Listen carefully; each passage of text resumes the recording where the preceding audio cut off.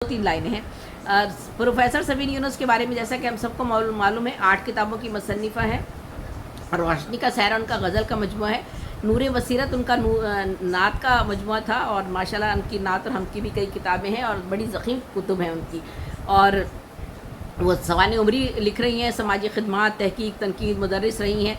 आपकी तख्लीकी सलाहियतों के हम सब मुतरफ़ हैं। माशाल्लाह 4-5 सालों से रोज़ाना की बुनियादों पर वो हमारे साथ शामिल होती हैं, इतनी मसरूफ़ियात के बावजूद, और बिल्कुल अलग थलग, और ना कहीं उनको किसी चीज़ की ख्वाहिश है, ना तमन्ना है, ना शोहरत की, ना किसी चीज़ की, लेकिन वो अपने काम किए चली जा रही हैं। कोहना मक शायरा हैं। उनके बारे में ये कहा जाएगा ना सिर्फ शायरा बल्कि अदीबा, और बड़ी समझदार, पढ़ी लिखी, और अपनी एक अलग शनाख्त और पहचान के साथ हमारे दरमियान मौजूद है। और उनकी जो भी जितने भी उनके कलाम है, जो मैंने ये किताब उनकी जो पढ़ी है, इसमें सच्चाई और हकीकत पसंदी के बहुत से अनासिर। हमारे एक भाई ने भी यह तबसरा किया था, लेकिन वो मैं कहूँगी कि सिर्फ उन्होंने शायरी रोमान भी नहीं है उनकी शायरी, बल्कि उनकी शायरी में सच्चाई और हकीकतें हैं, और बहुत ही बहुत महारत के साथ और बड़ी फसाहत और बलागत के साथ उन्होंने शायरी की है। बहुत कोना मक शायरा है वो आम, जैसे भी हम कहें कि हम तो बहुत ही सादगी के साथ कह जाते हैं, बहुत सारे अशार जो है वो बहुत रवानी के साथ कह देते हैं, लेकिन उनकी शायरी में सादगी और रवानी के साथ साथ जो फ़िक्र की बुलंदी मिलती है वो भी बहुत ही बुलंद है। मैं एक शेर उनका पढ़ना चाहूँगी।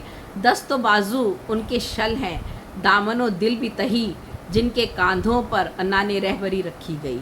बस यहीं इख्तिताम करती हूँ उनके बारे में। ये सबीन यूनुस साहिबा इस्लामाबाद से हमारे साथ थी, और वो प्रोफेसर हमारे थी।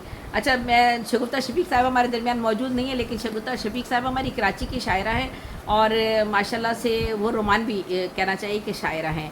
उन्होंने ख़वातीन के एहसासात और जज्बात और निसाई मौज़ूआत जो होते हैं, उन्होंने उनको बहुत ही दुख के साथ, कर्ब के साथ, तकलीफ़ के साथ महसूस किया है। जुदाई है, हिजर है, विसाल है, इंतज़ार है, ये सारी कैफ़ियत उनकी शायरी का हिस्सा है। और कहीं कहीं कोई गज़ल उनकी या 2-4 गज़लें ऐसी भी हैं जो उनके असर हाजिर के मसाइल से जुड़ी हुई हैं।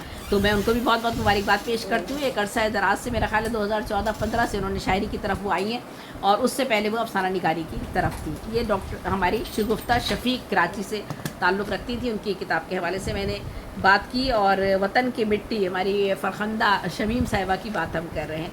फ़रखंदा शमीम साहिबा हम सभी जानते हैं, उनके हवाले से हमने एक जश्न भी मनाया था इससे कबल।